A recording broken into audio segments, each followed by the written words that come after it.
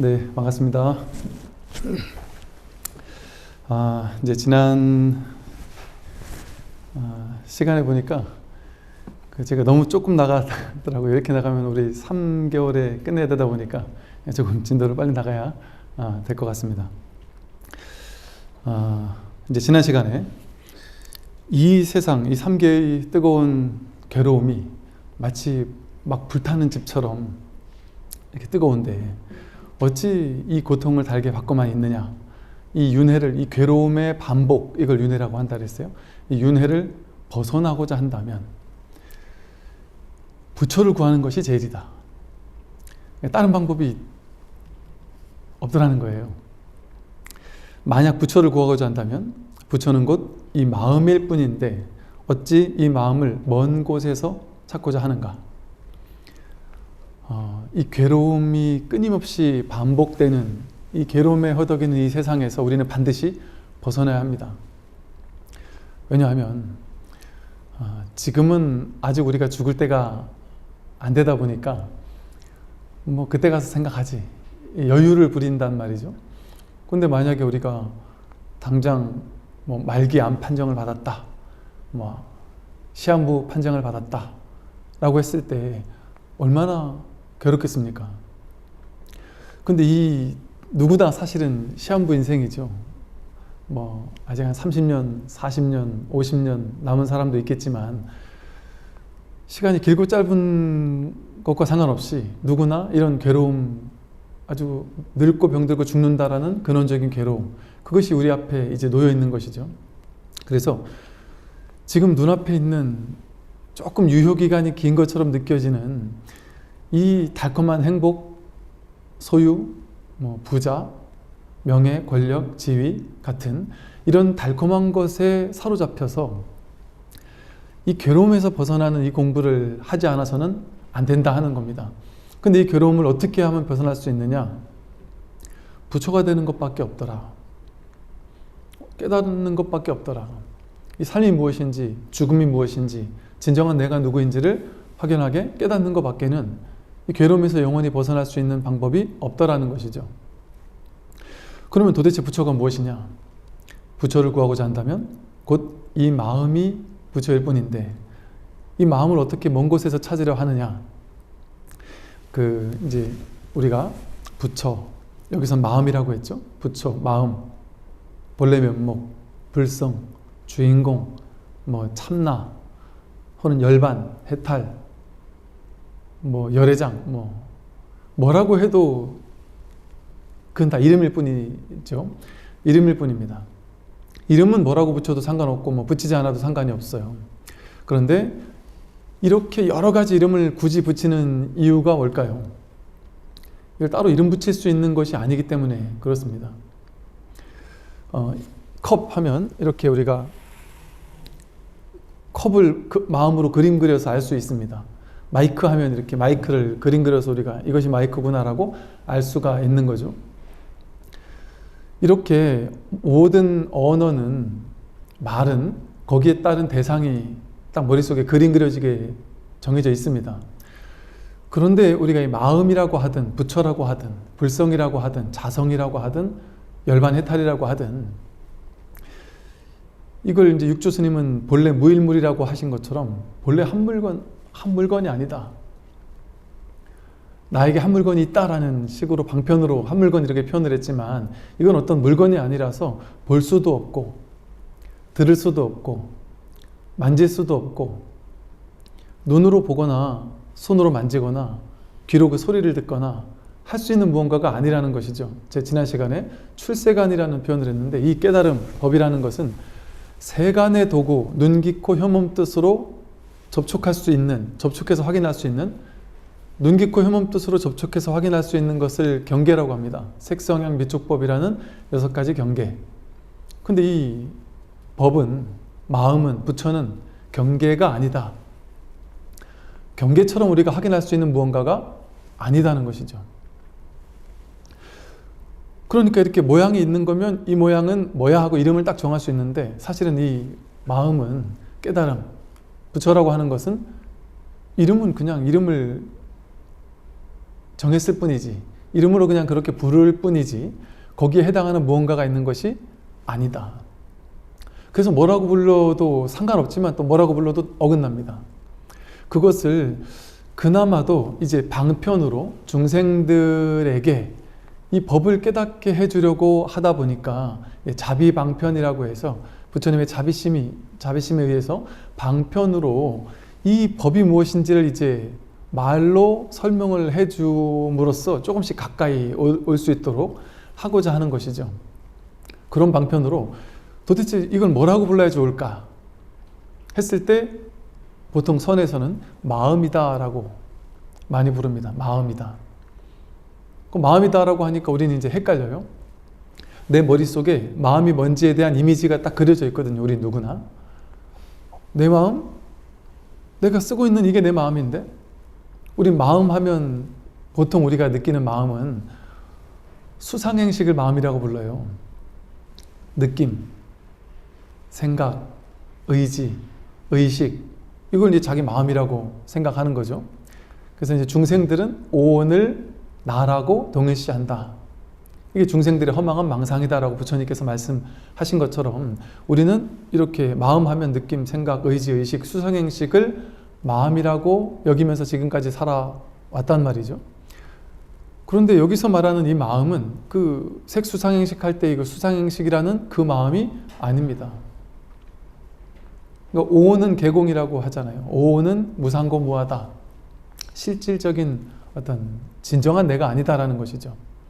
그러니까 느낌도 아니고 생각도 아니고 의지, 의식도 아닌데 우리가 마음이라고 굳이 이름을 붙였단 말이에요. 그 이유는 마음하면 내가 늘 쓰고 있는 게 마음이잖아요. 그러니까 마음하면 어디 멀리 있는 것 같이 느껴지지 않는단 말이죠.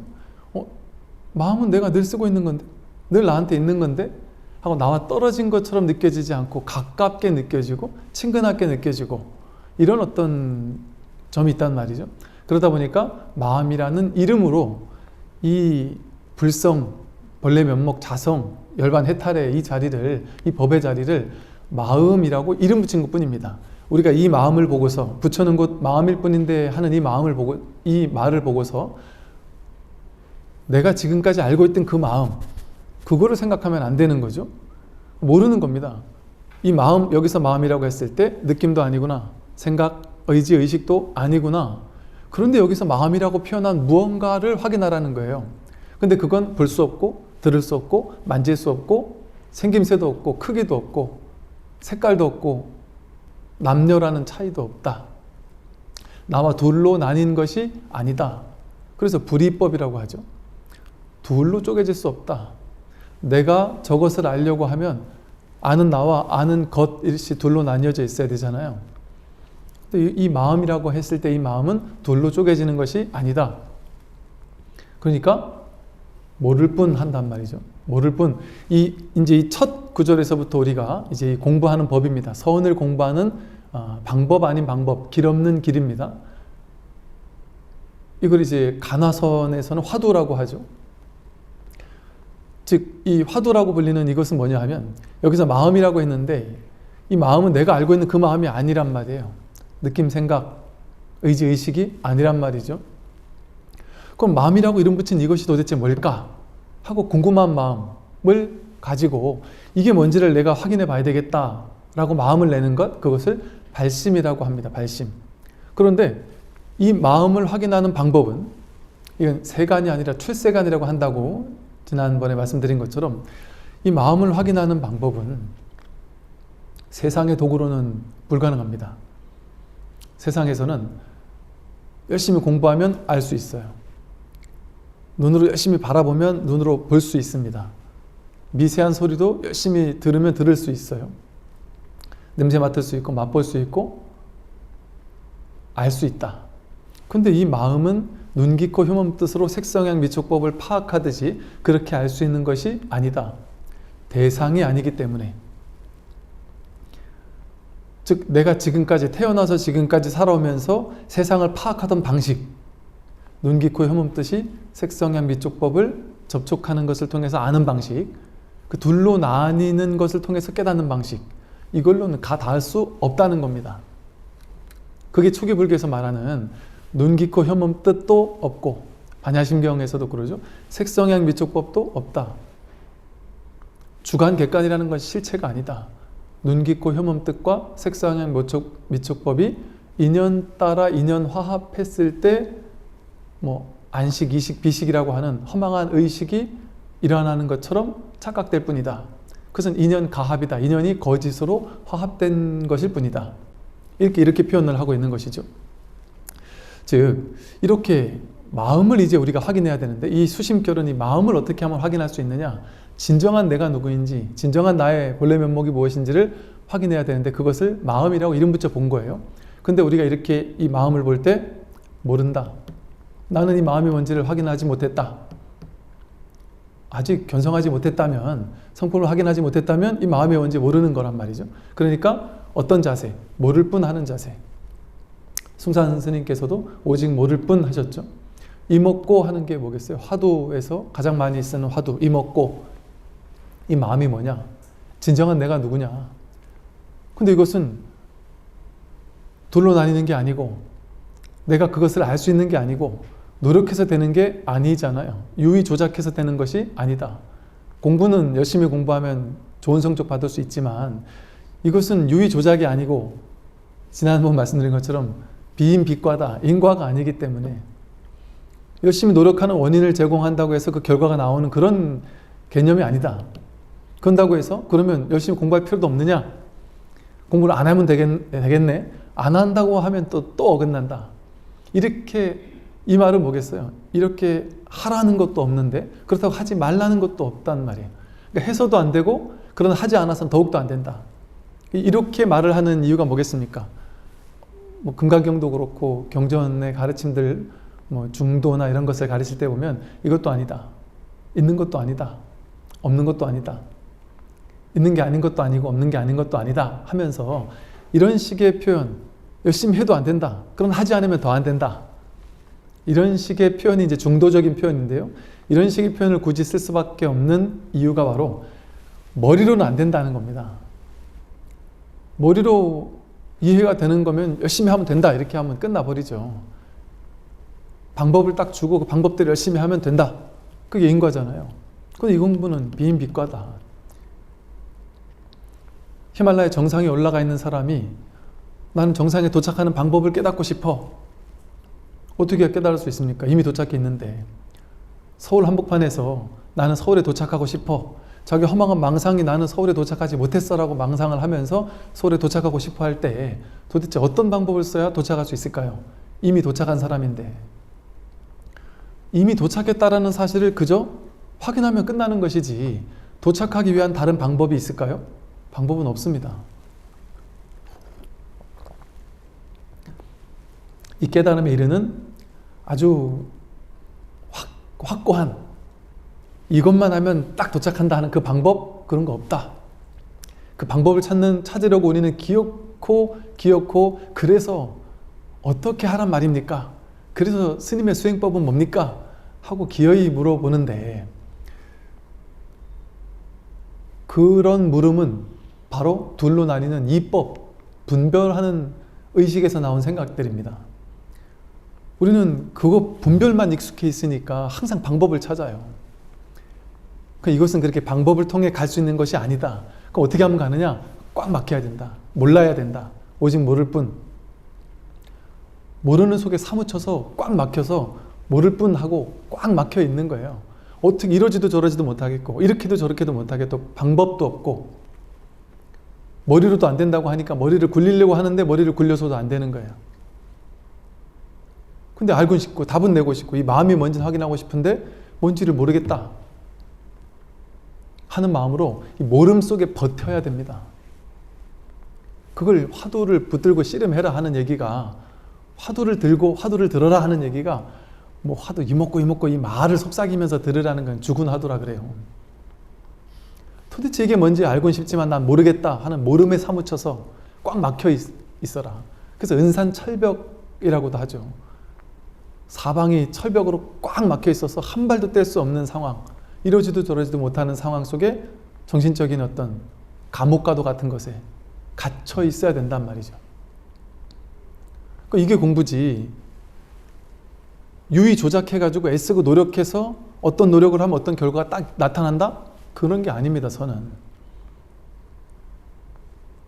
그래서 화두는 우리가 화두라는 수행법이라고 우리는 배웠지만 사실은 화두라는 수행법이 아니에요. 화두는 방법 없는 방법이고 길 없는 길을 화두라고 이름했을 뿐입니다. 그래서 꽉 막히는, 모르겠다, 이게 그러니까 얼마나 쉽습니까, 이 공부가. 여러분들 어떤 공부를 하려면, 그 공부에서 뭔가 성취를 하려면 자격증을 하나 따려고 해도 열심히 공부해서 열심히 노력해서 도서관 다니고 학원 다니고 열심히 노력해서 그 결과를 얻어야 되거든요. 시험 봐서 합격해야 되거든요. 근데 이 공부는 여러분들이 수행법 108배를 뭐 수백 번 하십시오. 금강경 독송을 몇 독 하십시오. 연부를 몇만 번 하십시오. 자선을 하루에 몇 시간씩 하십시오. 이런 얘기를 하지 않는단 말이죠. 초기 선불교의 선사 스님들은 그런 얘기 하지 않았다. 그냥 꽉 막히게 만드는 법을 곧바로 가리켜 보이는 얘기를 했다. 저기 마음이 부처다. 다 자기 마음을 쓰고 있지 않느냐. 지금 너 마음을 가지고 지금 밥 먹고 길을 걷고 이 자리에 와 있지 않느냐. 지금 뭘 가지고 내 얘기를 듣고 있느냐. 지금 부처를 가지고 잘 듣고 있네. 뭐가 부처냐. 이게 바로 부처다. 이렇게 얘기하는 걸 통해서 곧바로 부처를 가리켜 보이지만 도대체 저 양반이 뭔 소리를 하는 것인가. 나는 1도 모르겠다. 도저히 무슨 말을 하는지 모르겠다. 그러나 저 스승이 거짓말하는 것 같진 않고 나도 한번 저 사람이 확인한 걸 나도 한번 확인해 봐야 되겠다 하는 이 간절함, 발심, 이것은 있는 거죠. 그러니까 그 버티는 겁니다. 그 제 스승 밑에서 어떻게 하는 방법도 모르고. 그래서 그런 자세로 한번 들어보시기 바랍니다. 이 마음을 어찌 먼 곳에서 찾고자 하느냐. 먼 곳에 없어요. 먼 곳에 있다고 하면 이 법을 구하기 위해서 인도를 꼭 가야 한다고 한다면, 히말라야를 꼭 가야 한다고 한다면 둘로 나뉘는 것 이법이잖아요. 마음을 떠나 어떻게 부처가 있을 수 있겠습니까? 자기를 떠나 어떻게 자기의 참 본성을 확인할 수가 있겠습니까? 마음은 이제 두 번째입니다. 마음은 이 몸을 떠나 따로 있지 않다. 아마 이 강의를 들으실 때 우리는 이 교재를 프린트를 했는데 아마 영상으로 들으시는 분이나 이런 분들은 이거를 그 밑에 이제 링크를 걸어준다고 해요. 그래서 이 자료를 제가 그대로 올려드리도록 말씀드렸으니까 참고하시면 될 것 같고요. 마음은 이 몸을 떠나 따로 있지 않다. 마음은 이 몸에 있다 이렇게 얘기할 수는 없지만 몸을 떠나서 또 다른 곳에 있는 것은 아니다. 즉 이 말은 사실은 이게 뭐 가깝다 멀다 이렇게 얘기할 수도 없지만, 왜냐하면 전체가 그냥 오로지 불이법으로서의 그냥 하나 일불승이고 한 마음, 온 우주 전체가 한 마음이기 때문에 가깝다 멀다 이렇게 얘기할 수가 없어요. 나와 너가 나뉘어져 있는 것이 아니기 때문에. 이 마음은 이 몸을 떠나 따로 있지 않다. 색신은 이 색으로 된 몸뚱이, 나의 몸이라고 하는 이 색신은 거짓된 것이어서 이 참 진짜가 아니란 말이죠. 태어남도 있고 죽는 것도 있지만 이 참된 마음은 허공과 같아. 끊어짐도 없고 변함도 없다. 그래서 이르기를 사람이 죽으면 100마디의 뼈는 부서지고 흩어져 불로 돌아가고 바람으로 돌아가지만 이 한 물건은 영원토록 신령스러워 하늘을 뒤덮고 땅을 뒤덮는다고 하였다. 여러분, 색신, 이 몸은 왜 거짓된 것이다 라고 했느냐. 여러분, 지금 몸이 나라면 우리는 이 몸을 나라고 가장 가깝게 동일시 하잖아요.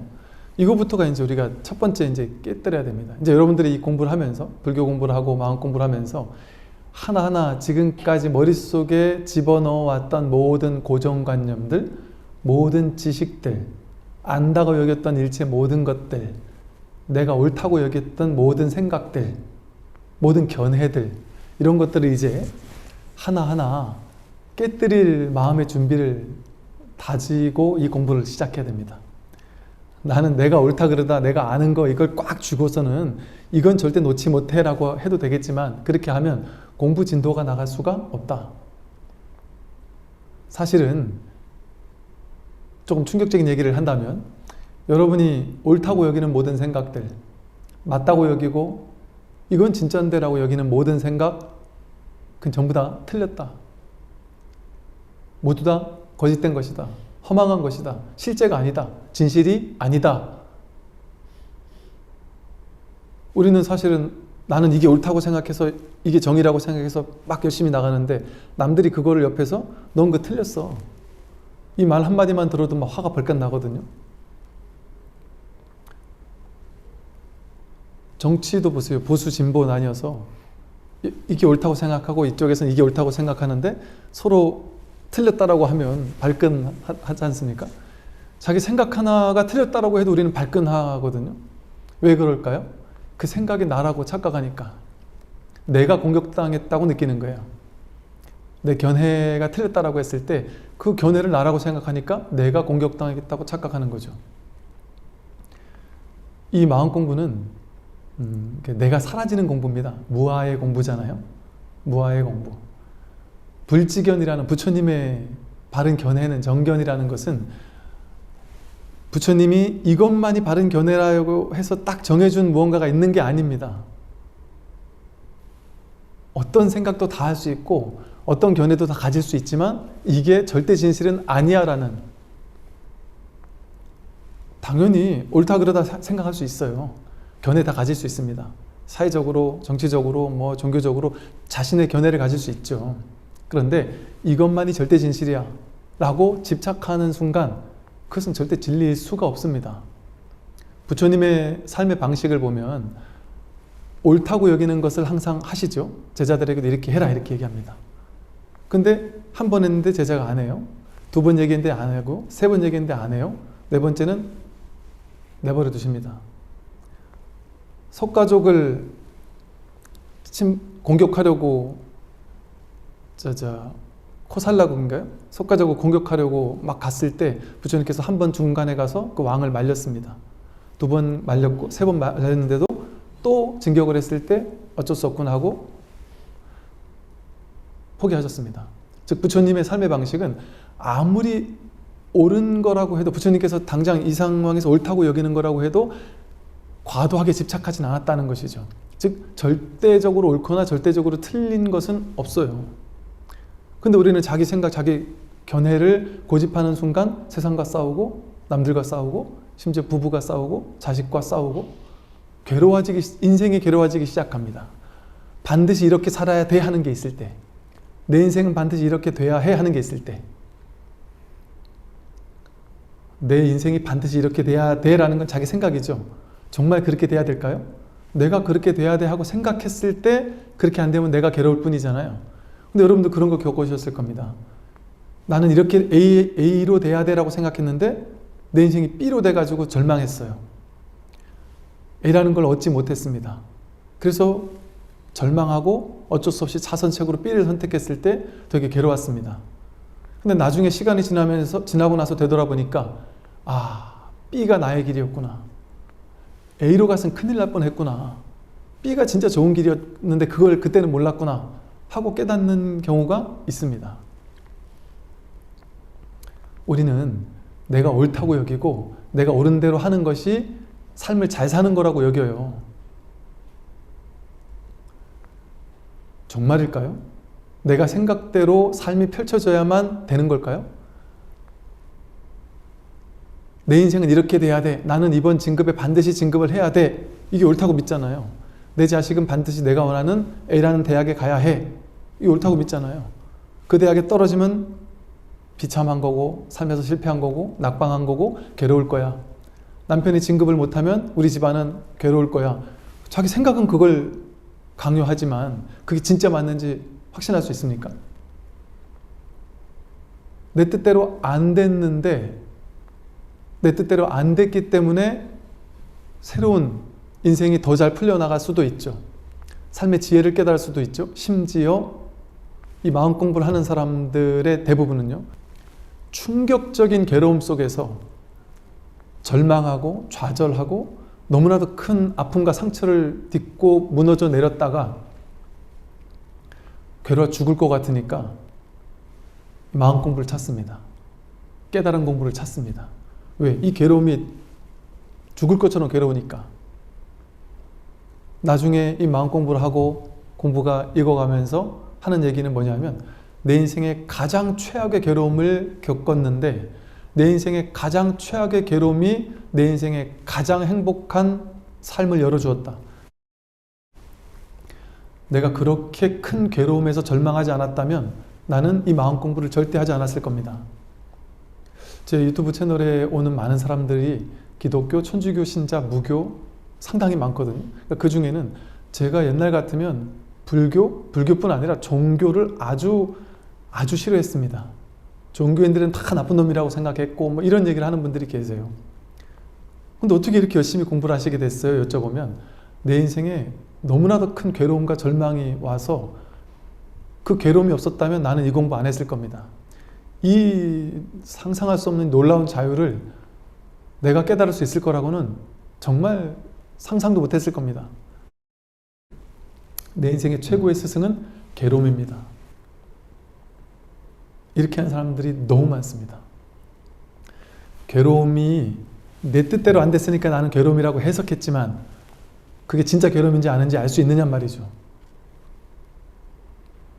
어떤 분은 위층에서 꿍꿍꿍 내려뛰는 층간소음 때문에 10년을 막 증오심에 불타고 막 살인을 하고 싶은 막 충동에 불타고 이 10년 동안 별의별 짓을 다 한 거죠. 이걸 극복하려고.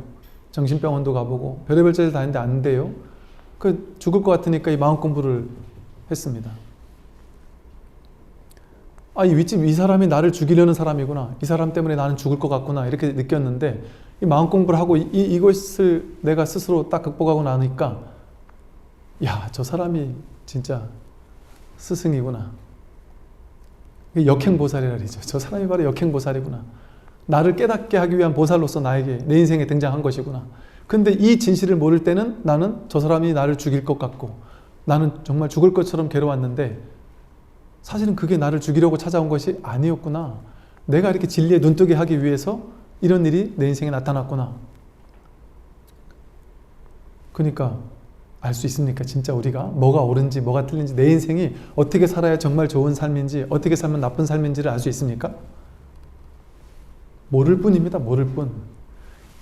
이 깨달음만 모를 뿐이 아니라 삶에 대해서도 우리는 몰라요. 여러분이 이거 강의 끝나고 집에 가실 때 맨날 가듯이 지하철 타고 가는 게 좋을지 버스 타고 가는 게 좋을지 알 수 있을까요? 버스 타고 가는 게 좋다라고 생각했지만 그 버스가 오늘 하필이면 교통사고가 날 수도 있어요. 그럴 것 같으면 돌고 돌아서 걸어가든지 돌고 돌아서 지하철 타고 가는 게 더 나을 수도 있거든요. 알 수 없어요. 인과의 이치를 어떻게 알 수 있습니까? 우리가.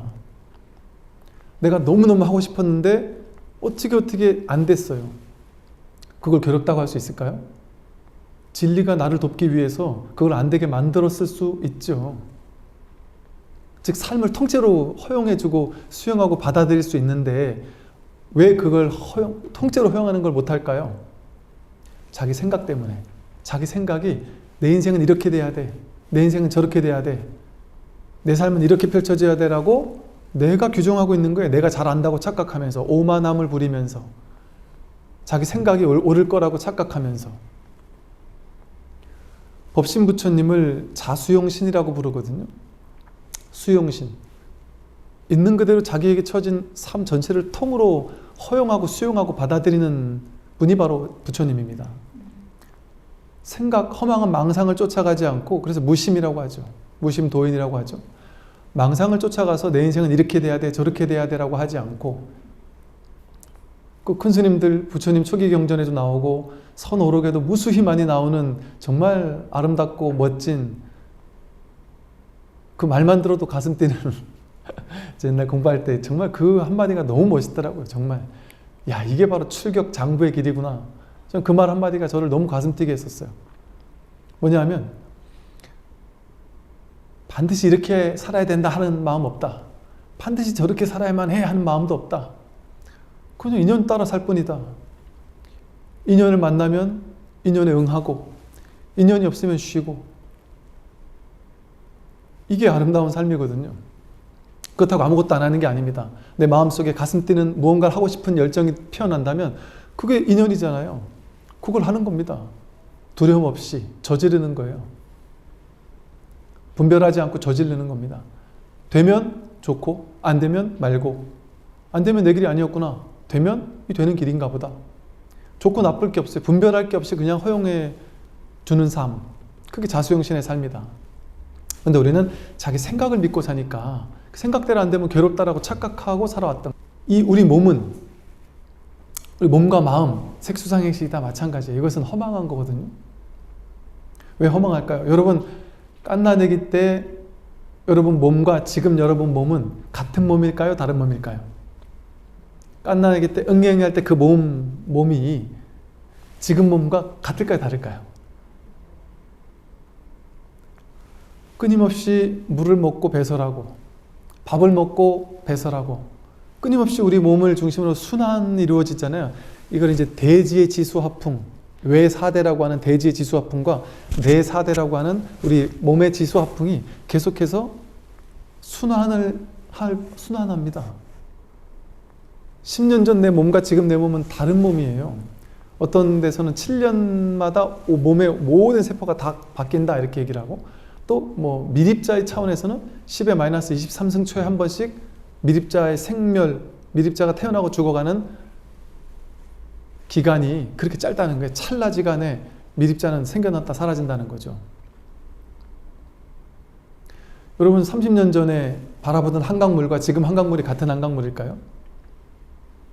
물은 다른 물이에요. 같은 강물에 손을 똑같이 2번 씻을 수 없다라고 하죠. 지금 손 씻은 물은 이미 지나갔어요.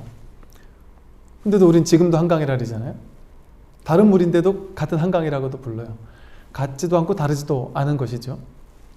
우리 몸도 20년 전, 30년 전 깐나내기 때도 나라고, 김머식이라고 불렀고 홍길동이라고 불렀고 지금도 홍길동이라고 부르는데, 진짜 그 홍길동이 이 홍길동일까요?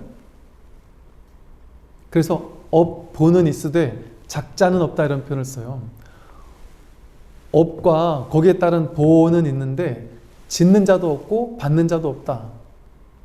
내가 20년 전에 누구를 한 대 때렸어요. 괴롭혔어요. 그 20년 후에 지금 그 과보를 받았어요. 몸으로 보면 어때요? 세포 몸의 차원에서 본다면 20년 전 그 몸과 지금 이 몸은 다른 몸이란 말이에요. 예를 들어. 그러나 업보는 있어요. 그 업을 졌으니까 거기에 과보를 받는 일은 있습니다. 근데 짓는 자와 받는 자가 같은 자냐?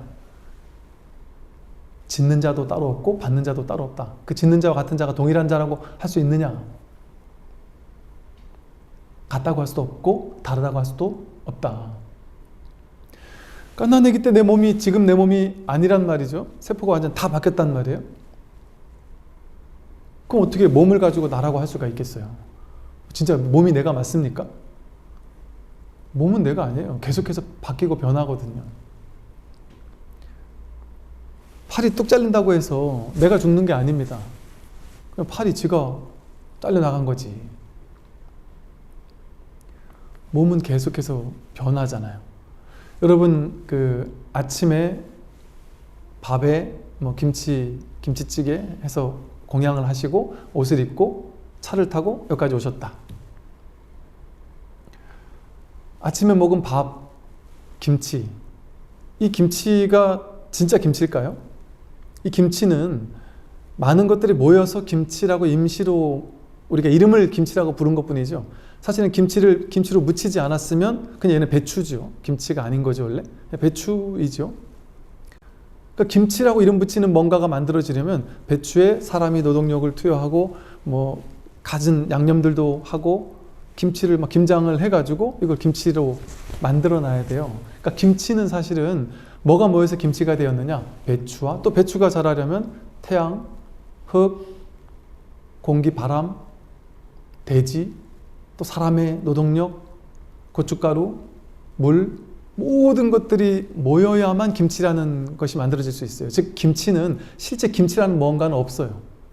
김치 아닌 것들을 인연 따라 모아놓으면 김치가 될 뿐이지. 그러니까 실제 김치는 김치가 아니에요. 버스나 자동차를 타고 여기까지 오셨다 했을 때 버스나 자동차는 실제 버스나 자동차가 아니에요. 실체가 없어요.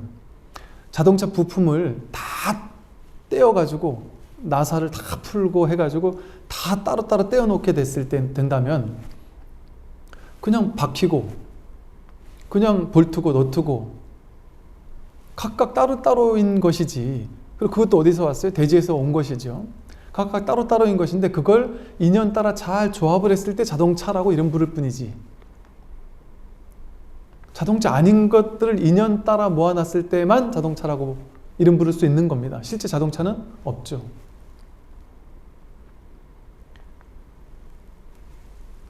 나도 마찬가지죠. 나도 마찬가지예요. 나라는 게 실체가 없고, 여러분 지금 당장 공기를 싹 뺏어가면, 여러분 삶에서 공기를 싹 뺏어가면 여러분이 바로 죽겠죠. 머지않아 죽을 겁니다. 나는 없어요. 물을 공급해 주지 않으면 머지않아 나는 없어집니다. 대지의 지수화풍이 끊임없이 인연 따라 조화롭게 인연을 화합시켜 주니까 나라는 게 있는 것처럼 이렇게 느껴질 뿐이지, 나라는 것도 사실은 실체가 아니라 나 아닌 것들이 임시적으로 이렇게 모여놓은 것을 나라고 우리가 이름했을 뿐이에요. 이처럼 이 색신을 유지하는 모든 구성 요소들도, 내가 아침에 김치를 먹었든 밥을 먹었든 그것들 또한 김치가 아니고 밥이 아니에요. 나도 내가 아니고, 나 아닌 것들이 인연 따라 잠깐 그렇게 모여져 있는 것을 내가 나라고 착각했을 뿐이에요.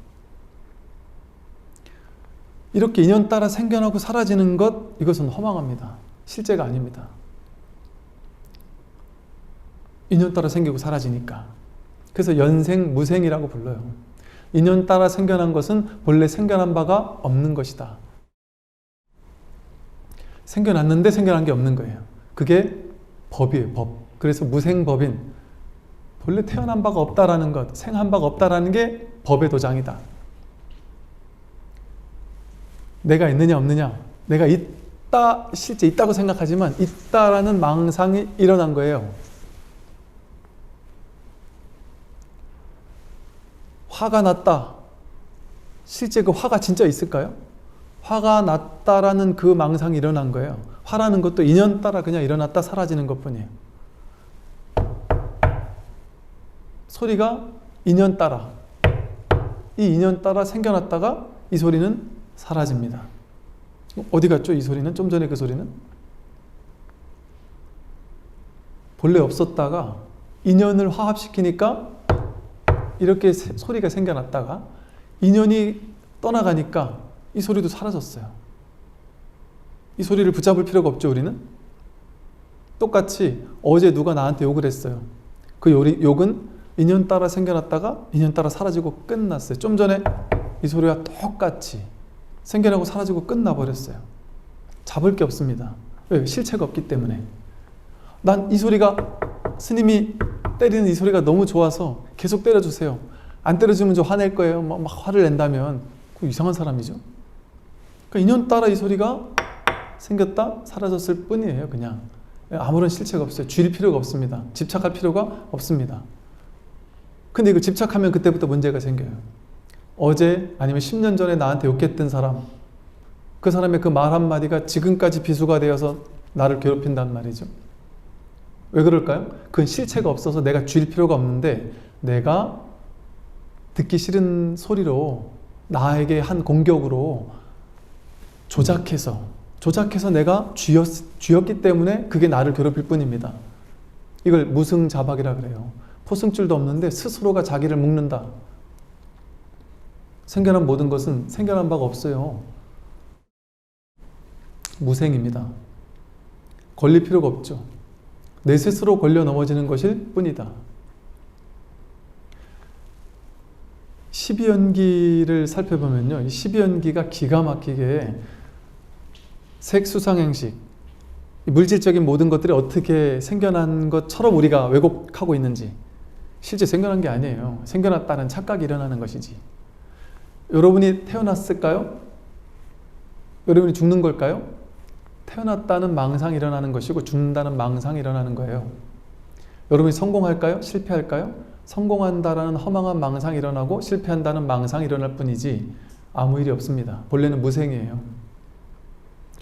그 허망한 망상이 어떻게 일어나느냐를 가르쳐주는 게 12연기예요.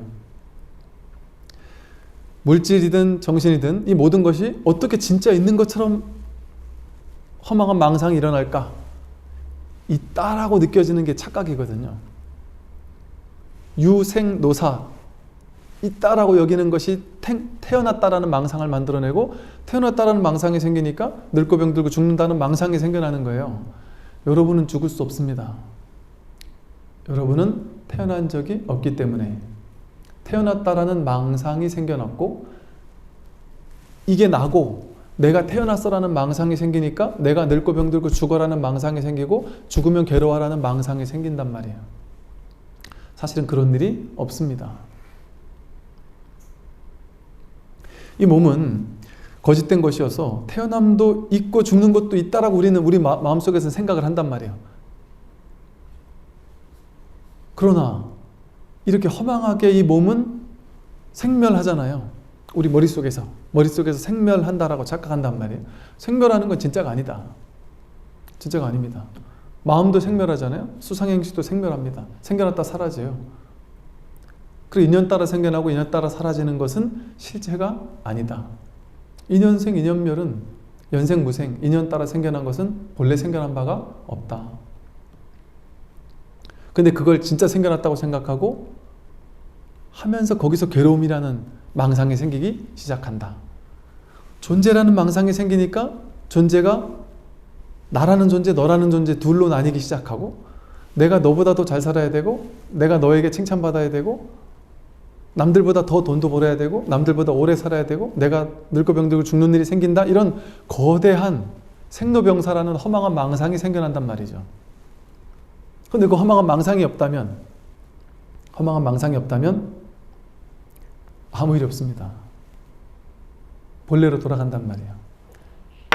이 소리가 허망하게 생겨났다 허망하게 사라지고 그냥 사라진 것과 똑같이, 어제 누가 나한테 했던 욕도 그냥 똑같이 생겼다 사라졌을 뿐 내가 쥐지만 않는다면, 돈도 마찬가지고 명예도 권력도 지위도 마찬가지입니다. 여러분 몸뚱아리도 마찬가지다. 이것과 여러분 몸뚱아리는 똑같습니다. 이것과 여러분이 소유하는 소유물, 돈, 명예, 권력 똑같습니다. 자식이 태어나고 죽었다? 이 소리가 생겨나고 사라지는 것과 똑같습니다. 일체유의법은 염호환포형이다. 일체유의법, 생겨난 모든 것들은 꿈과 같고 환상과 같고 물거품과 같은 거예요. 나라는 존재도. 지금 이 소리가 물거품과 같은 것처럼 실체 없이 허망하게 인연 따라 생겨났다 사라지는 것처럼, 나도 이 우주도 삼라만상 모든 것이 허망하게 왔다가 허망하게 갈 뿐이다. 그런데 그걸 있는 그대로 보지 않고 내 식대로 해석해서 이건 나고 저건 너야, 난 이렇게 살아야 돼, 넌 나한테 이렇게 대접해줘야 돼, 내 인생을 돈을 더 벌어야 돼, 나의 인생은 돈도 더 벌어야 되고 몇 살까지는 살아야 되고, 이런 무수히 많은 생각으로 자기가 만들어내서 자기가 집착하는 거예요. 그 생각대로 안 되면, 뜻대로 안 되면 괴롭다라고 하는 허망한 망상이 일어나는 겁니다. 괴로움이라는 허망한 망상이 일어난다. 그리고 그 괴로움이라는 망상이 반복된다. 그걸 윤회라고 합니다. 그 본래 태어남이 없고 죽음이 본래 없는데, 불생불멸인데 어디 윤회가 있어요. 윤회도 방편으로 하는 말이지. 그런데 그래서 이렇게 본래 생한 바 없는 무생법인, 본래 생한 바가 없는, 본래 텅 비어서 아무것도 없는, 이걸 공이라고도 하죠. 본래 이 아무 일 없는 자리, 이것을 참된 마음이라고 이름 붙인 거예요. 이름 붙여본 겁니다. 이 참된 마음은 우리가 이 세상 모든 물질, 정신, 모든 것들이 있게 만들어낸 허망한 망상으로 있게 만들었는데, 그 망상으로 있게 만들지만 않는다면, 이 참된 마음은, 마음이라고 이름 붙였는데, 이 참된 마음은 허공과 같아서, 텅 빈 허공과 같아서 끊어짐도 없고 변함도 없다.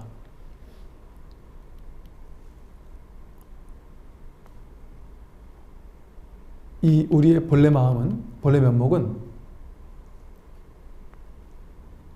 끊어짐도 없고 변함도 없다. 끊어졌다 이어졌다 하는 게 아니다. 생겨났다 사라지고 하는 게 아니다. 변함이 없다. 진정한 나의 본래 면목은, 생겨나고 사라지는 것은 유의법들이, 유의 조작한 것들이 생겨나고 사라지는 거죠. 근데 무언가가 생겨나고 사라지려면 생겨나고 사라지는 바탕이 있어야 돼요. 한결같은 바탕이 있어야 된단 말이에요. 배경이.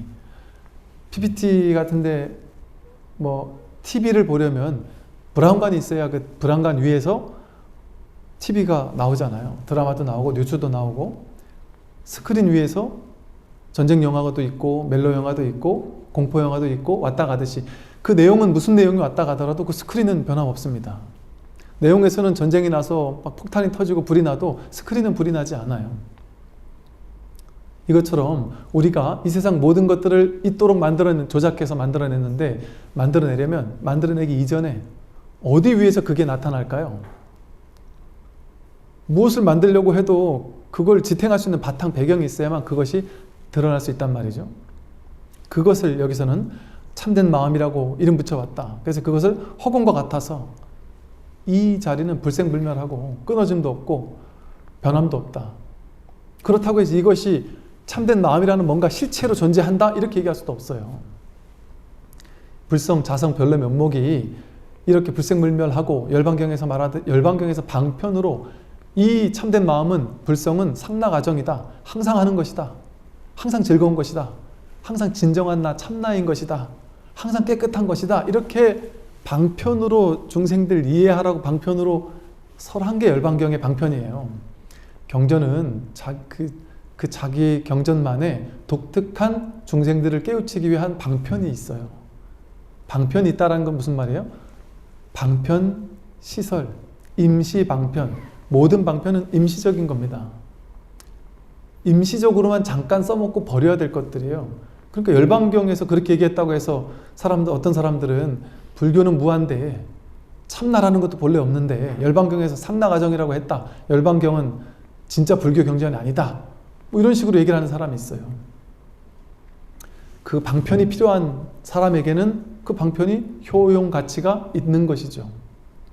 그러나 열반경에서 말하는 불성이 됐든 여기서 말하는 참된 마음이 됐든 마음이라는 뭐가 따로 없습니다.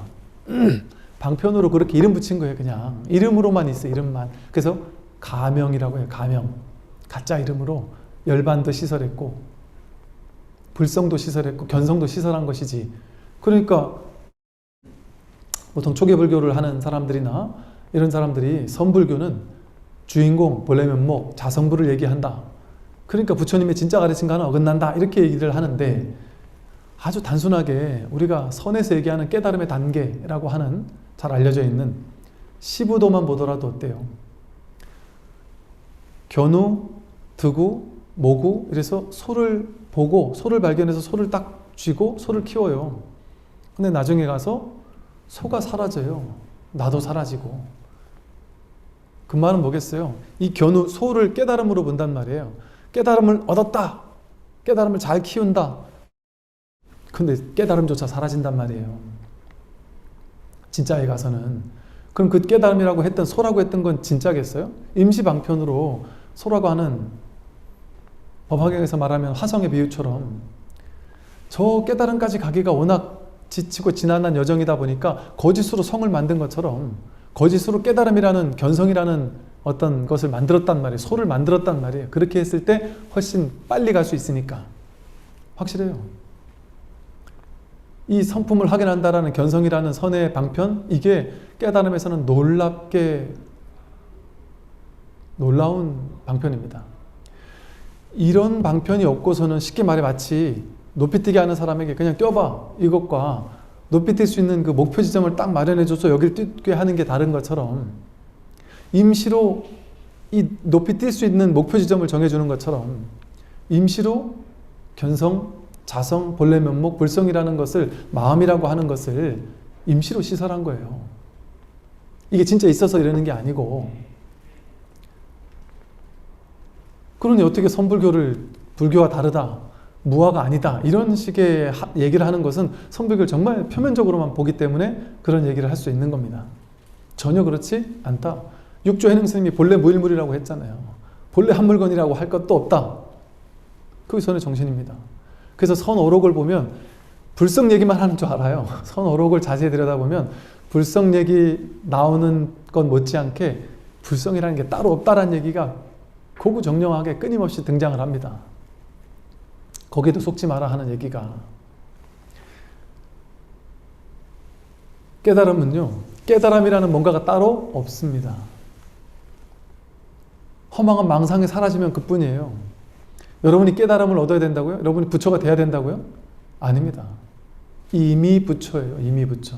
부처를 100% 쓰고 있어요. 매 순간. 지금 부처를 써서 제 얘기를 듣고 있어요. 부처를 써서 필기를 하고 있단 말이에요. 지금 부처는 100% 드러나 있어요. 누구에게나. 부처를 따로 찾을 필요가 없습니다. 어찌 마음을 먼 곳에서 찾고자 하느냐 하듯이 부처는 딴 곳에서 찾을 필요가 없습니다. 그래서 불교의 목적은 뭐냐? 부처를 찾는 게 불교의 목적이 아닙니다. 자성을 확인하는 게 불교의 목적이 아닙니다. 그런 자성은 따로 없어요. 뭐가 불교의 목적이냐?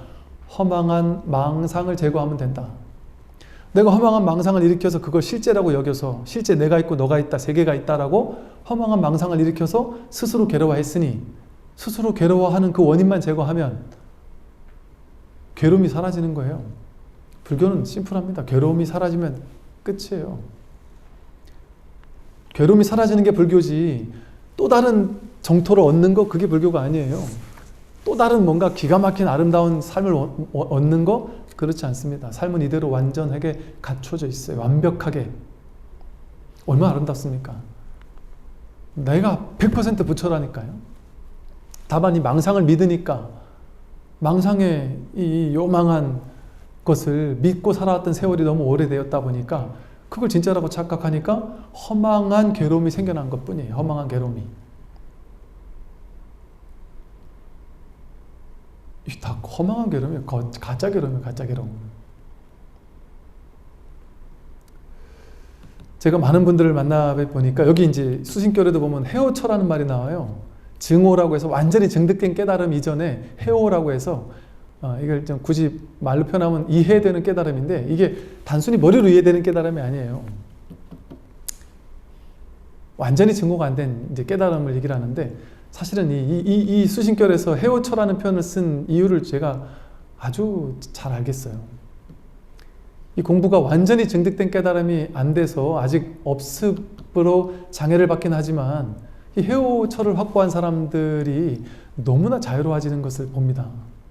너무 자유로워져요. 완전히 깨닫지 못해도, 완전히 부처가 되지 못했어도.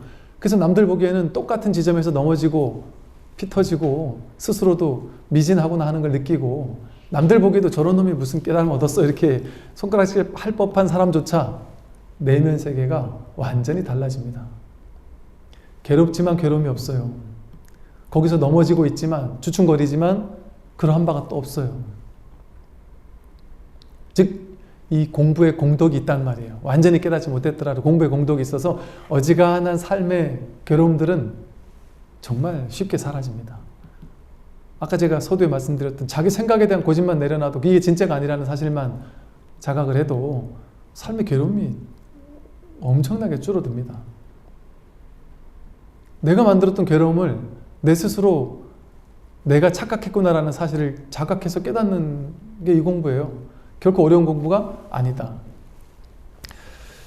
그것을 이제 여기서는 이제 마음이라고 표현을 해본 거예요. 그래서 이르기를 사람이 죽으면 100마디의 뼈는 부서지고 끊어져 흩어져 불로 돌아가고 바람으로 돌아가지만 이 한 물건은 영원토록 신령스러워 하늘을 뒤덮고 땅을 뒤덮는다라고 하였다. 사람이 죽으면 지수화풍이 모여서 이 몸을 형성하잖아요. 그건 지수화풍으로 다시 흩어지죠. 내 몸의 지수화풍은 대지의 지수화풍으로 순환돼서 흩어져 나가는 거예요. 그런데 이 한 물건이라고 표현했어요. 여기서 아까 말한 부처, 마음, 참된 마음, 자성, 본래 면목을 여기서는 또 한 물건이라고 표현했어요. 일물이라고 표현했습니다. 오로지 하나란 말이에요. 하나. 둘로 나뉠 수 없는 이 하나의 한 물건 이렇게 표현을 하게 됐어요. 이 한 물건은 영원히 신령스러워. 신령스럽다. 이 말은 뭐냐면 불가사의하다 이런 뜻이에요. 생각으로 가 닿을 수 있는 게 아니다. 신령스럽다 이거는 생각으로 해석할 수 없다, 파악할 수 없다 이런 거예요. 이게 있다라고도 할 수 없고 없다라고도 할 수 없어요. 생각으로 파악할 수 있는 대상은 있거나 없어요. 근데 이 한 물건은 있다라고도 할 수 없고 없다라고도 할 수 없어요. 그러니까 신령스럽다. 하늘을 뒤덮고 땅을 뒤덮는다라는 말은 뭐냐? 이 한 물건은 여러분의 진정한 본래 면목은 진정한 내가 누구냐? 나는 이 몸이 내가 아닙니다. 생각이 내가 아니고 느낌이 내가 아닙니다. 하늘을 뒤덮고 땅을 뒤덮는 이 한 물건, 이 온 우주법계 법신 부처님을 진짜 비로자나 부처님이라고 하듯이 무량수 무량광불이 진정한 아미타불이라고 하듯이 시간 공간의 제약이 없는 무량수 무량광, 무량한 수명과 무량한 공간에 완전히 편만해 있는 법신 비로자나 부처님, 이 허공성에 하늘을 뒤덮고 땅을 뒤덮는 이 전체가 나의 진정한 본래 면목이에요. 이게 진짜 나지. 이 몸에 갇혀있는, 이 육신에 갇혀있는 이게 나겠어요? 이거는 생겨나고 사라지잖아요. 어떻게 이걸 나라고 할 수 있겠어요? 여러분이 그렇게 비좁은 거면 인생 얼마나 허망합니까? 이거는 자동차가 와가지고 확 부딪혀버리면 바로 죽는, 바스러지기 쉬운 거잖아요. 이게 나면 우리는 참 인생, 아이고, 참 어디 의지하고 살 수 있겠어요. 이게 내가 아니란 말이에요. 이게 내가 아니다. 세 번째, 슬프구나. 요즘 사람들은 미혹한 지가 오래되어 자기 마음이 참 부처인 줄 알지 못하고 자기의 본성이 참 진리라는 것을 알지 못한다. 진리를 구하고자 하면서 멀리 있는 성인들만 추앙하고 부처를 구하고자 하면서 자기의 마음을 관하지는 않는다. 이게 참 슬픈 일인 거예요. 지금 사람들은 어리석고 미혹한 지가 너무 오래되어서 자기 마음이 참 부처라는 것을 모르고 내가 이미 부처라는 사실을 모르고, 근데 이렇게 얘기를 하면 다들 어떻게 생각하냐면 내가 본래 부처라는 건 그냥 원리가 그렇다는 거겠죠. 언젠가 깨달으면 그때 부처라는 거겠죠. 늘 부처를 쓰면서 나중에 깨닫고 나면 그게 부처겠죠? 라고 이렇게 부처를 쓰고 있으면서 늘 부처 함께 있으면서 그거는 지금의 나와는 상관없다 이렇게 찾고 여긴단 말이에요. 자기 본성이 진정한 내가, 본성이라는 건 원래 본래의 성품, 본래 진짜 배기의 나는 참 진리, 내가 바로 법이란 말이에요. 이 법이라는 것을 알지 못하고 진리를 구하고자 하면서 멀리 있는 성인들만 추앙한다. 2500년 전에 있는 석가모니 부처님만, 그 석가모니 부처님이 지금 여기 있는 줄 모르고 지금 이렇게 살아있는 줄 모르고 부처를 구하고자 하면서 자기 마음을 관하진 않는다. 관한다는 게 뭐예요? 자기 마음은, 우리가 마음하면 분별심을 마음이라고 우리는 느껴요. 수상행식을 마음이라고 느낀단 말이에요. 분별하는 걸 마음이라고 느끼니까 관이라는 건 뭐냐면 본다는 거잖아요. 근데 관이라는 말 앞에는 항상 지관이라는 말이 붙어요. 멈출 지자. 분별, 망상, 해석, 판단, 분별을 멈추고 보는 것이 지관이에요. 이게 불교 수행법의 핵심이에요. 이게 중도의 핵심이에요. 이게 이제 수신결에서 이후에 계속해서 지속적으로 얘기할 정해, 지관입니다. 진정한 자기 마음을 관한다라는 건 뭐겠어요? 생각, 분별, 망상을 멈추고 있는 그대로 본다는 거예요. 이게 정견입니다. 있는 그대로를 있는 그대로 본다. 근데 우리는 있는 그대로 본 적이 없어요. 자기 식대로 해석해서만 봤단 말이죠. 뭘 봐도 좋은지 나쁜지 옳은지 그른지 긴지 짧은지 남자인지 여자인지 나한테 도움이 되는지 해가 되는지 해석하고 판단해서 이름을 가지고 명과 색, 이름과 모양을 대입해서 거기 사로잡힌 채 그것을 왜곡해서 본단 말이에요. 우리는 100% 왜곡해서만 봅니다. 있는 그대로를 있는 그대로 보지 못한다. 있는 그대로를 있는 그대로 보면 있는 그대로 보는 모든 것이 마음이에요. 여기 마음이 있는 게 아니고 내 몸뚱아리 안에 마음이 숨겨 있는 것이 아니고요. 있는 그대로 보면 이게 마음입니다. 이걸 여러분이 컵하고 해석해서 보고 이름을 개념지어서 명과 색으로 이름 모양을 가지고 분별해서 보고 이건 컵이고 이건 컵뚜껑이고 이런 식으로 해석하고 분별해서 보면 이건 그냥 분별일 뿐이죠. 분별하지 않고 보면 자기 마음을 관하지 않는다고 했죠. 자기 마음을 관한다면 진정으로 지관해서 본다면 이게 마음이에요. 마음을 관한다? 마음을 관하는 게 아니라 관하는 그게 마음이고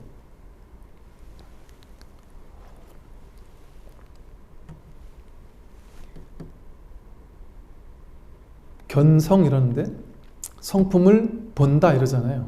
근데 사실은 성품을 보는 것이면 성품 따로 보는 거 따로잖아요. 내가 성품을 봐야 되잖아요. 그건 진짜 견성이 아니다. 진짜 견성은 뭐가 견성이냐? 견이 곧 성인 줄 아는 것이 진짜 견성이다. 성품을 보는 것이 견성이 아니고 그냥 보는 이것이 견성이라, 이것이 성품이란 말이에요. 보는 이것이 성품이다. 둘이 아닌 하나다. 불이법이다. 주와 객이 둘로 나뉘지 않는다. 다 보잖아요. 여러분 지금 보고 있잖아요. 이것도 보고 있고 저도 보고 있고 보는 내용물은 다 다르죠. 컵뚜껑을 보다가 컵을 보다가 F용지를 보다가 마이크를 보다가 저를 보다가 부처님을 보다가 계속 보이는 내용물은 달라져요. 근데 이 보는 이것은, 보는 이 성품은 달라지느냐? 보고 나서 좋아, 보고 나서 싫어, 듣고 나서 좋은 소리, 듣고 나서 싫은 소리 이렇게 해석하고 분별하는 건 사람마다 다 다르지만 이 보는 이 성품, 듣는 이 성품 이거는 사람마다 다 다를 수가 없다. 하나의 이 성품을 가지고 우리가 다 마음 하나 가지고 우린 쉐어해서 쓰고 있는 거예요. 온 우주 전체가. 내 마음 따로 네 마음 따로 있는 것이 아니고 이 한 마음을 우리 모두가 그냥 한 마음을 가지고 이렇게 쓰고 있는 거예요. 근데 이제 자기는 자기 개체적인 자아라는 분별을 자기 개체적인 자아라고 착각하면서 내 생각이다라고 착각하니까 분별 이전에 이 한 마음을 쓰고 있는, 보고 듣는 이 한 마음을 놓치고 모양 따라가고 개념 따라가고 이름 따라가면서 분별된 대상만을 보고 있는 거죠. 분별된 대상만을 보고 살았어요. 여러분 앞에 지금 이렇게 유리막으로 이렇게 플라스틱인지 유리인지 이렇게 유리막을 해놨잖아요. 여러분은 이 유리막을 넘어서 저를 지금까지 계속 보고 계셨어요. 근데 여러분들 지금까지 유리막 너머에 저만 보셨죠. 유리막 너머에서 이 컵을 보고 부처님을 보고 F용지를 보고 마이크를 봤어요. 그런데 문득 돌이켜서 유리막을 통해서 저 같으면 이 안경을 통해서 피아노도 보고 컵도 보고 F용지도 보고 다 보면서 지금까지 인생을 살아왔어요. 너무나 당연하게 분별하면서. 그런데 문득 돌이켜서 회광반조해서 내가 무엇을 보더니 안경알을 보고 있는 것이었구나. 안경알을 보지 않을 재간이 없구나. 안경알을 항상 보고 있는 거잖아요. 이 사실을 문득 확인하는 것과 비슷합니다. 보는 대상만 끌려가가지고 보는 대상만을 우리는 해석하고 분별한 그것을 보는 것이다라고 착각하면서 그걸 안식, 이식, 비식, 설식, 신식, 의식, 자기 의식이 자기 마음인 줄 알고, 그러니까 이걸 또 인도 힌두교 같은 데선 순수의식 이런 식으로 표현하기도 해요. 내가 의식 이전이다. 완전 순수한 의식이 일어나기 그 이전 짤이다. 그래서 이것이 바로 신령스러워서 하늘을 뒤덮고 땅을 뒤덮는다. 이게 이해가 안 돼요. 이해가 안 되는 것에 대해서 받아들이고 모르겠다 하시면서 공부를 하는 거예요. 계속해서 이 참마음이 무엇인지를 이 수신결에서는 계속해서 직진심해 주고 있습니다. 걱정하지 마시고 계속해서 이 얘기만 할 예정이니까 지금 이해 안 돼도 괜찮다. 이해될 수가 없다. 이해되는 게 더 문제예요. 사실은 이해 안 되면 안 되는 대로 공부를 잘하고 있는 거예요. 그게 이 공부하기 제일 편해요. 시험 보는 것도 없고 그냥 들으면 되니까, 모르겠다 하는 채로 들으면 되니까 얼마나 쉬운 공부예요. 누구나 다 할 수 있는 공부입니다. 그래서 법문이라는 건 뭘 법문이라고 하느냐, 제자들이 이해되기 쉽게 해가지고 공부하는 사람으로 하여금 조금 이해되고 한 발 한 발 나아가고 있구나 이런 느낌을 주는 거는 올바른 스승이라고 할 수 없어요. 저도 좀 가만히 보면 좀 올바른 스승이 아니에요. 제가 이해를 좀 잘 시키는 재주라면 재주고 단점이라는 치명적인 단점이 있어요. 자꾸 사람들을 이해시키고 있단 말이에요. 이해되는 거는 그냥 넘어가더라도 이해 안 되는 부분, 제 말에 낙처, 결국은 이해 안 되는 부분으로 제가 계속해서 가르쳐 보이고 있는, 이게 중요한 법문이에요. 되면 되는 대로 넘기고 안 되면 안 되는 대로 모를 뿐하고 딱 벽에 막히도록 하는 것이 바른 법문입니다. 그래서 공부 들으니까 알겠다 이거는 좋은 법문이 아니다. 나를 막히게 하는 법문, 모를 뻔하게 막히는 법문, 그게 좋은 법문입니다. 이것이 뭔지, 이 마음이 뭔지를 확인하는 길을 향해 가고 있는 것이죠. 만약에 마음 밖에 부처가 있고 본성 밖에 진리가 있다고 말하면서 이런 생각을 굳게 집착한 채 부처의 길을 구하는 자가 있다면, 여기서부터 한번 잘 들어보세요. 지금 우리뿐 아니라 불교계가 아주 중요하게 들어야 될 중요한 부분입니다. 마음 밖에 부처가 있고 본성 밖에 진리가 있다고 말하면서 이런 생각에 집착해서 부처의 길을 구하는 자가 있다면, 부처의 길을 구하는 자가 있다면, 즉 부처의 길이 뭐예요? 수행법이 부처의 길이잖아요. 어떻게 하면 내가 부처의 길을 갈 수 있느냐? 연불해라, 독경해라, 좌선해라, 무슨 수행법 해라, 무슨 수행해라 하고 알려져 있는 수많은 길들, 깨달음으로 가는 안내하는 길들, 그 길들을 가지 말라는 것이 아니라 그 길을 가는데 못 모르고 그 길을 간다면, 즉 법에 대한 안목이 없는 채, 중도에 대한 안목이 없는 채, 이 법이 뭔지 직진심의 법문을 듣지 못한 채, 바른 법을 듣지 못한 채 그냥 나는 이 수행을 통해서 언젠가 깨달을 거야, 인과적인 발상, 이법의 둘로 나누는 분별의 발상을 가지고 열심히 갈고 닦는 노력을 한다면 그건 삿된 노력이잖아요. 불이법이 아니라 이법, 둘로 나누는 분별법의 삿된 수행이 된단 말이죠. 삿된 수행. 중도적인 수행이 되지 못한다. 불이중도가 진짜 공부입니다. 근데 불이중도의 길은 길 없는 길이에요. 길 없는 길을 감없이 가는 거거든요. 근데 우리는 그거는 이해가 안 되잖아요. 이해가 안 되니까 그동안 불교계에서는 내가 A라는 수행법을 열심히 갈고 닦으면 깨달을 수 있어. 근데 대부분 못 깨달았거든요. 그러니까 어떻게 생각하냐면 내 수행이 부족해서 못 깨달은 거지. 더 열심히 수행해야지. 이것도 뭐 잘못된 것은 아닌데 여기서 말하는 건 그거예요. 마음 밖에 부처가 있어서, 즉 내가 이미 부처라는 사실을 모르고 부처가 돼야 되라는 허망한 둘로 나누는 생각을 가지고 내가 저 부처를 향해 가야 돼 하는 마음으로, 본래 나한테 이미 갖춰져 있는 부처를 확인해야 되는데 이미 드러난 부처가 왜 나에겐 보이지 못하느냐 하고 꽉 막히는 이 길 없는 길의 공부를 가는 것이 아니라 어떤 수행법을 하면 어떻게 깨달을 수 있다더라, 이런 식의 뭔가 추구하는 공부, 둘로 나누어서 쫓아가는 공부, 이런 분별이 충족되는 공부, 열심히 하면 될 것 같다고 느끼는 공부, 유의 조작의 공부, 그런 수행법은 진정한 수행법이 아니란 말이죠. 근데 그런 삿된 수행, 참된 중도적인 안목이 없는 삿된 수행을 행하게 되면 이렇게도 못 깨닫는다는 거예요. 보세요. 어떻게도 못 깨닫느냐? 무량겁에 오랜 세월 동안 소신공양하고 몸을 불로 태우고, 소신공양하는 사람들 있죠. 옛날에 수행자들 얼마나 답답하면 몸을 막 불로 태우는 분들이 많이 계셨어요. 또 연비하고 팔을 불태워요.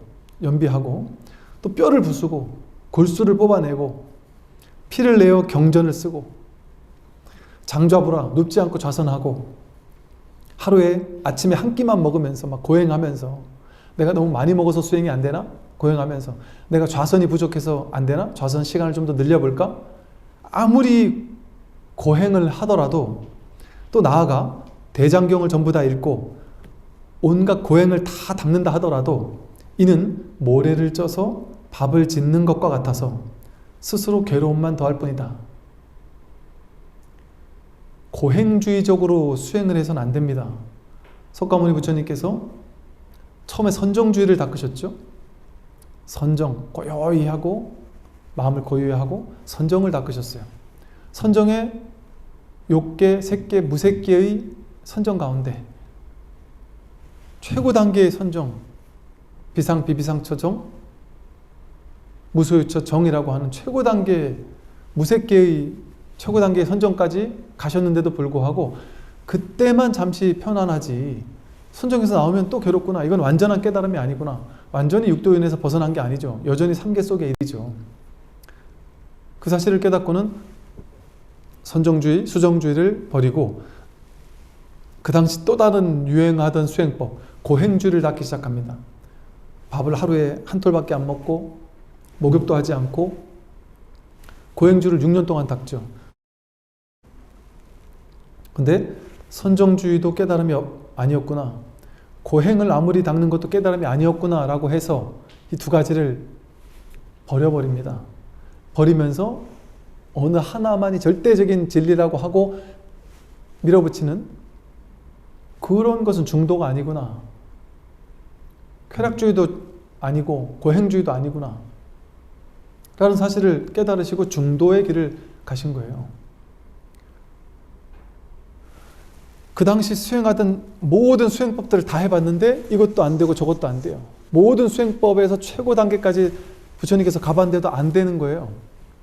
그래서 그렇게 고행할 필요 없구나 하고 우유죽을 드시고 목욕을 하시고 앉아서 내가 반드시 깨닫겠다라는 그 간절한 마음만 남아있는 거예요. 이제는 그 전까지는 6년 동안 이것 갈고 닦고 저것 갈고 닦고 이거 해보고 저거 해보고 다 해봤단 말이에요.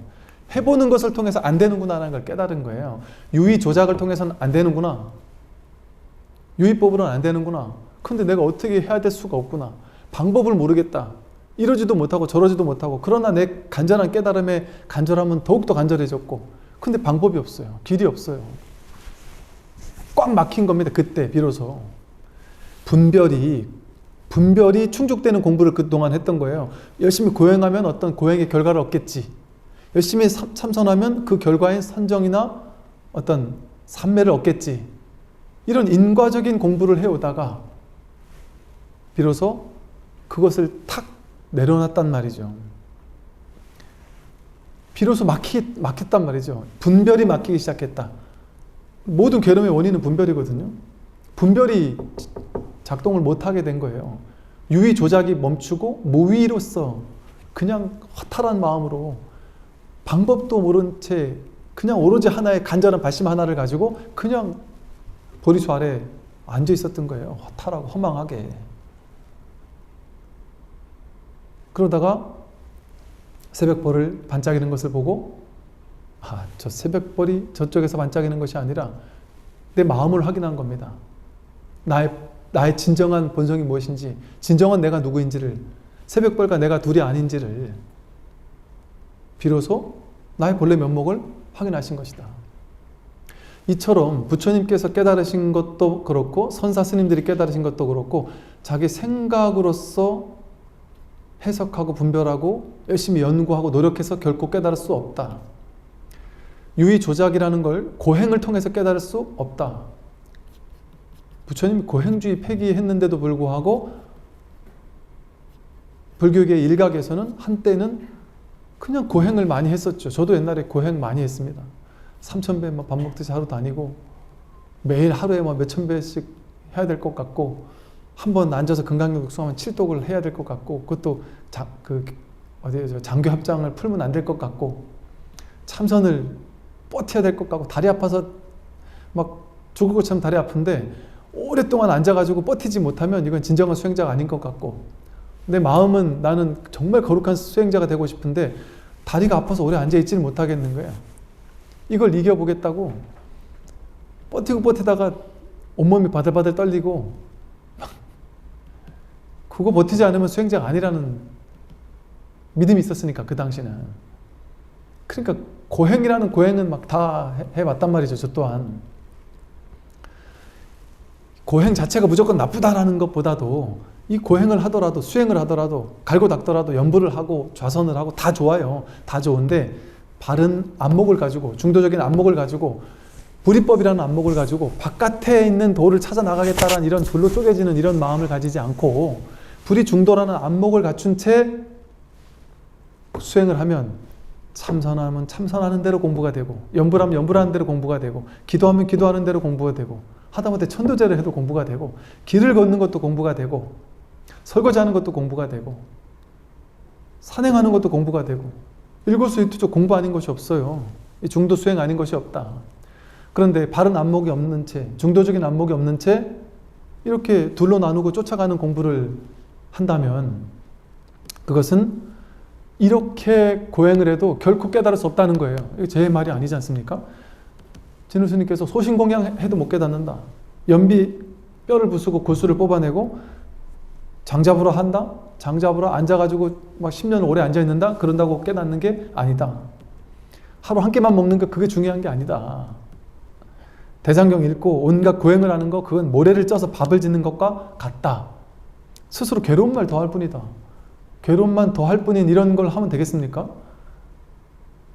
저도 옛날에 그랬어요. 불교 공부하면서 불교가 좋긴 좋은데 제가 불교가 좀 참 힘들었던 게 뭐였냐면 옛날에 여러분 20년 전 30년 전 그랬잖아요. 수련대회를 가고 싶다. 수련대회가 뭐였냐면 다 고행대회였어요. 고행대회. 모든 수련대회는 다 고행이었어요. 오래 뭘 시키든지 뭔가를 시켜요. 힘들거든요. 그러니까 그게 수행인 줄 알았어요. 그러니까 불교는 저 고행을 할 줄 아는 사람만 출가를 해야 되고 저 고행을 할 줄 아는 사람만 마음 공부하고 훌륭한 신도고 이런 줄 알았단 말이죠. 그러니까 그거 못하는 사람은 다 떨어져 나가야 되는 거예요. 그게 진짜 수행이 아니단 말이에요. 부처님 당시에 보십시오. 부처님 제자들이 고행하다 깨달았습니까? 부처님 질문하고 부처님 법문하다가 그 자리에서 아랑과를 증득하고 아나한과를 증득해요. 계속해서 지속적으로 법문을 듣다가 깨달아요. 선의 초기 황금기 때 선사 스님이 끊임없이 법문하고 법문 들은 것밖에 없어요. 좌선 이거 필수가 아니었어요. 하고 싶으면 해도 뭐 무방하다. 하더라도 너무 길게 하지 마라. 장좌불화라는 용어가 선의 초기에는요. 그 조롱하는 용어로 쓰였어요. 오랫동안 북종선이라고 해서 오래 좌선만 한다고 깨닫는다고 느끼는 그런 허망한 어리석은 중들 하면서 좀 혼내는 그런 용어로 조롱하는 용어로 쓰기도 했었단 말이죠. 오래 앉아있다고 부처되느냐. 고행주의가 불교의 핵심이 아니에요.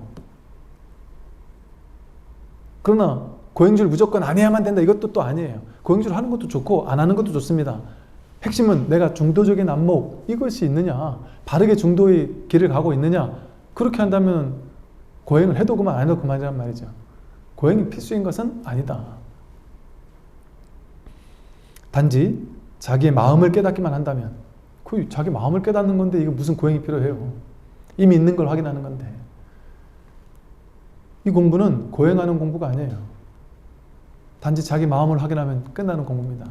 자기 마음을 확인하기만 한다면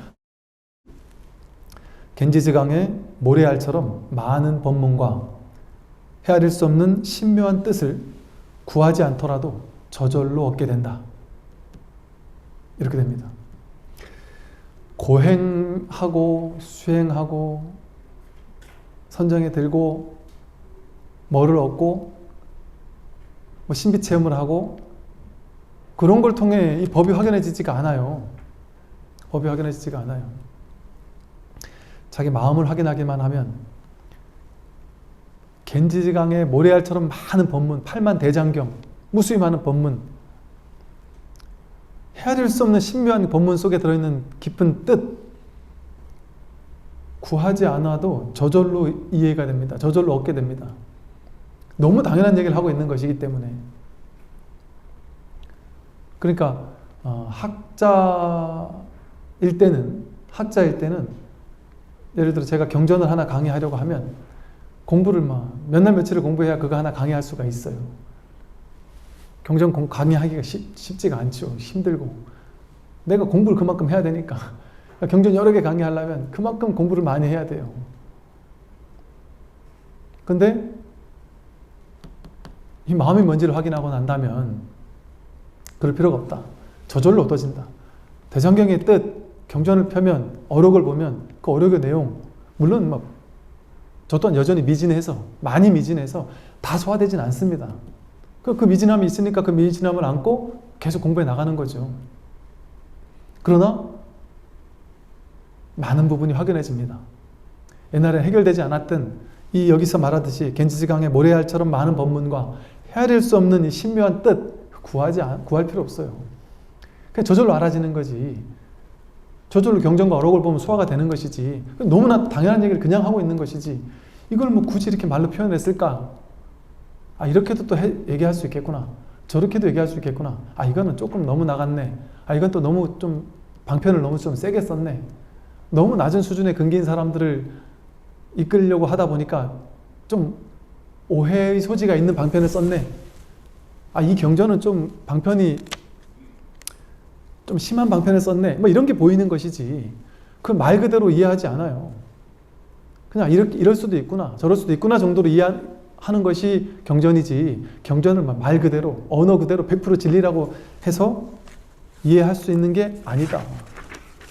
문자 그대로 진리다? 그건 틀린 말입니다. 그러므로 세존께서 일체 중생들을 두루 관찰해 보니 모두 다 열의 지혜와 덕상을 갖추고 있다고 하셨고, 보세요. 부처님께서 경전에서 이렇게 말씀하셨단 말이에요. 일체 중생들을 두루 관찰해 보니 모두 다 열의 지혜와 덕상을 갖추고 있다.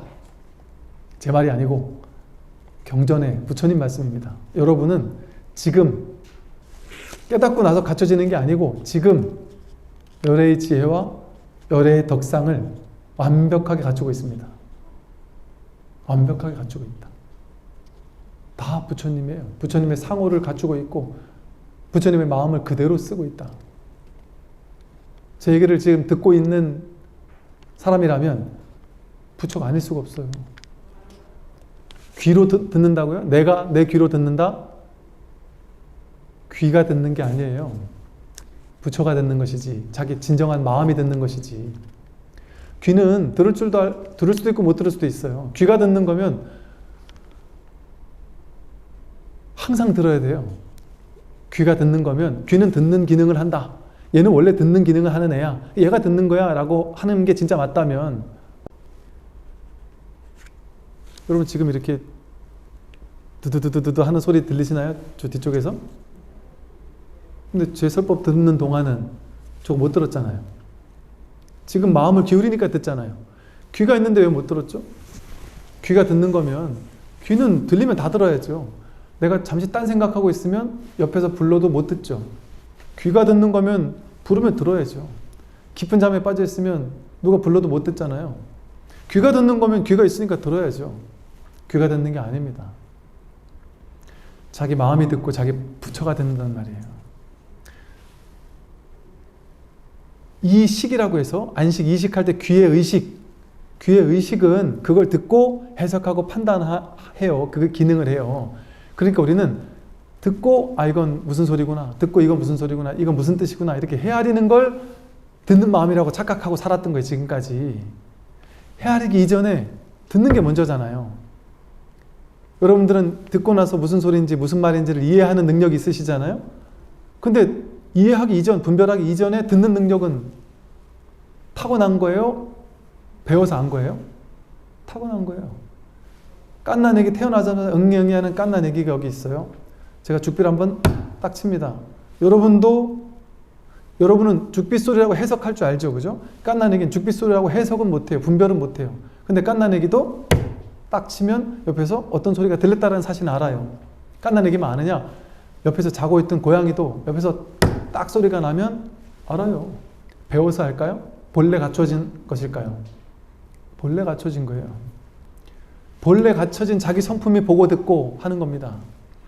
근데 우리는 보고 해석하고 듣고 해석하는 안식, 이식, 비식, 설식, 신식, 의식이라고 하는 육식, 이 식을 마음이라고 착각하고 살아왔다 보니까 그게 나다라고만 착각했던 거예요.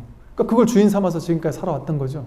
그러니까 그 인식이, 의식이 발동되기 이전에 그냥 보고 그냥 듣는, 있는 그대로 보고 있는 그대로 듣는 내가 저것을 본다, 이건 해석이에요. 실제로는 내가 저것을 본다라는 경험이 일어나지 않습니다. 그냥 굳이 말로 표현한다면 그 자체 하나가 있을 뿐이에요. 사실은 내가 저것을 보는 게 아니에요. 그게 석가모니 부처님께서 말씀하신 18개의 교리예요. 18개의 교리는 뭐냐면 연기법을 설하고 있거든요. 보는 내가 따로 없다. 보이는 것이 따로 없다. 보는 내가 보이는 것을 촉했을 때 일어나는 의식이 따로 없다. 18개가 따로 없다. 인연 따라 있는 것처럼 착각될 뿐이다. 여긴 내가 있고 여기는 보이는 대상이 있다라고 착각, 망상이 일어날 뿐이다. 그건 다 망상이다. 진짜 아니다. 그게 부처님 가르침이고 교리거든요. 그것 이전에, 그러나기 이전에 늘 우리가 쓰고 있는 그 진정한 자기 마음이 있단 말이에요. 늘 쓰고 있는 마음.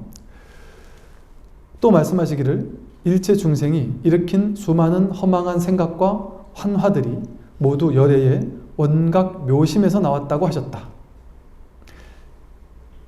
여기서는 원각 묘심이라는 말을 썼어요. 이 똑같은 마음, 부처, 본래 면목, 주인공, 불성, 해탈, 열반, 이걸 여기서는 또 원각 묘심이라고 써온 겁니다. 무슨 말을 써도 상관없어요. 원각, 원만한 깨달음이다. 원만한 깨달음인데 신묘한 본 마음이다 말이죠. 왜 신묘하다고 했느냐? 이 생각으로 해야 돼서 알 수 있는 마음이 아니기 때문에, 우리가 이게 마음이지라고 해석하는 그 마음이 아니다. 이게 신묘하다, 신통방통하다, 신비하다, 막 불가사의하다. 눈으로 보거나 해석하거나 만지거나 이럴 수 있는 뭔가가 아니기 때문에 이 원만한 깨달음은 아주 신묘한 것이다. 그래서 원각 묘심이라고도 합니다. 이 마음자리를. 그래서 일체 중생이 일으킨 허망한 생각과 환화들이, 우리가 일으킨 모든 생각, 환화는 뭐가 환화인지 아세요? 환영이고 거짓된, 화현에서 나타난 거짓된 상이란 말이에요. 이 세상 모든 것들은. 이 몸뚱이 환화입니다. 환과 같은 거예요. 거짓되게 화현돼서 이렇게 있는 것처럼 드러난 것 뿐이에요. 인연 따라. 나뿐 아니라 너도, 세상도, 우주도, 돈도, 명예도, 권력도 전부 다 환화 같은 거예요. 실제 있는 게 아니에요. 내가 일으키는 허망한 생각도 실제가 아니고, 물질도 실제가 아니고, 마음도, 오온 18개가 다 실제가 아니다. 그런데 이 모든 것들이 어디서 나왔을까요? 열애의 원각 묘심에서 나왔다. 이게 무슨 말이냐면요, 제가 그 바다와 파도의 비유를 드는 것처럼, 바다 위에 파도가 치는데 파도를 보고 나라고 착각한단 말이에요. 야, 저 파도는 멋있다. 야, 나도 저렇게 멋있게 되고 싶어. 이 파도는 저 파도를 부러워하고, 큰 파도와 작은 파도가 있잖아요. 이 파도들이 전부 다 제각기 자기인 줄 안단 말이에요.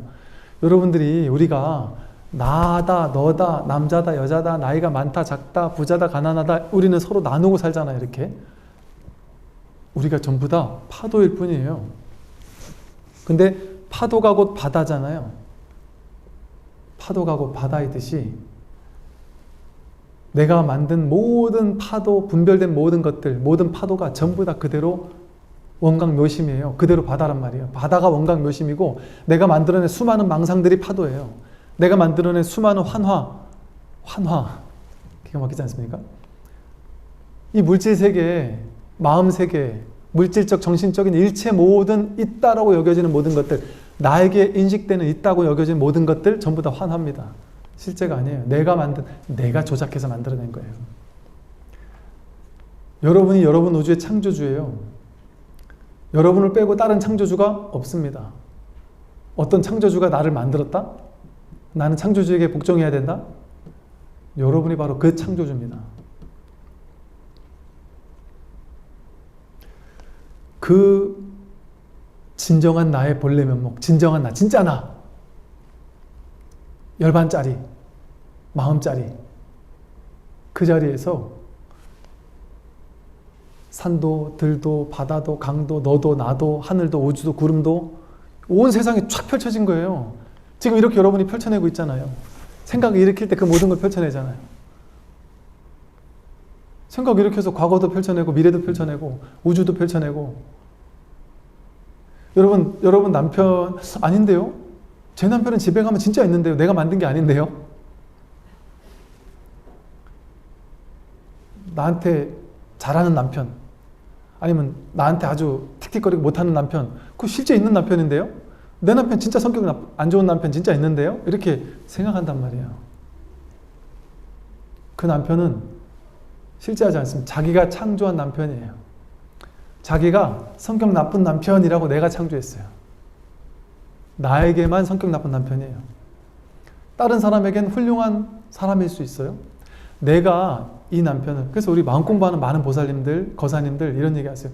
마음 공부하기 전과 후 탁 달라진 거. 첫째, 당장 나와 인연 맺은 가족, 아내, 남편 너무 사랑스러워졌다. 옛날에 그렇게 꼴보기 싫던 놈이 지금은 이렇게 예뻐 보이고 정말 고맙고 눈물 나도록 고맙다. 똑같은 사람인데 그전엔 나에게 내가 이 사람을 나쁜 놈 이렇게 창조해서 그 창조한 그 남편을 내 남편이라고 알고 내가 데리고 산 거예요. 그건 사실 그 남편을 데리고 산 게 아니라 내 머릿속에 그 남편에 대한 이미지를 데리고 산 거예요, 사실은. 그러다가 내 마음이 바뀌니까 이미지가 바뀌는 거예요. 남편이 바뀐 겁니까? 내 마음이 바뀐 거예요.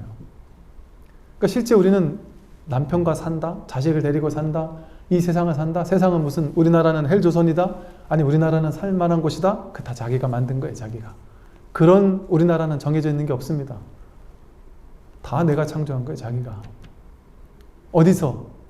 온강묘심에서 나왔어요. 그 모든 분별도.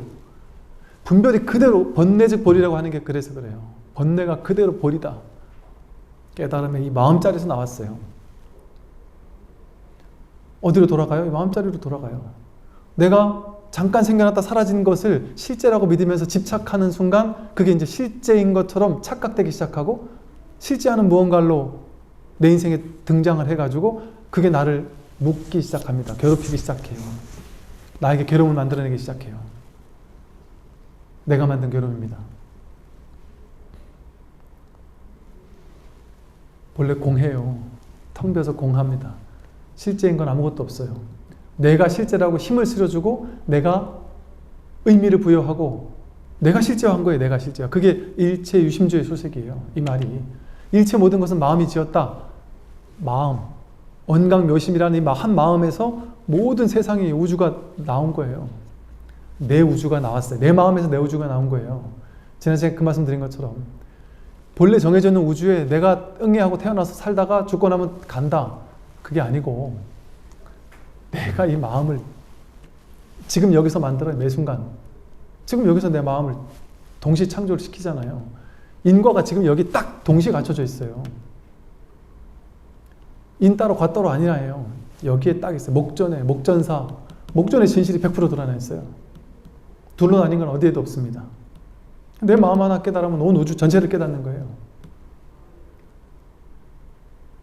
그러니 이 어마어마한 지혜가 나에게 갖춰져 있는데 어디 딴 데 가서 어디에 가서 도대체 이 법을 찾겠단 말인가요? 그러므로 이 마음을 떠나서 따로 이룰 수 있는 부처는 없다는 것을 알아야 한다. 오늘 여기까지 하겠습니다. 정말하십시오.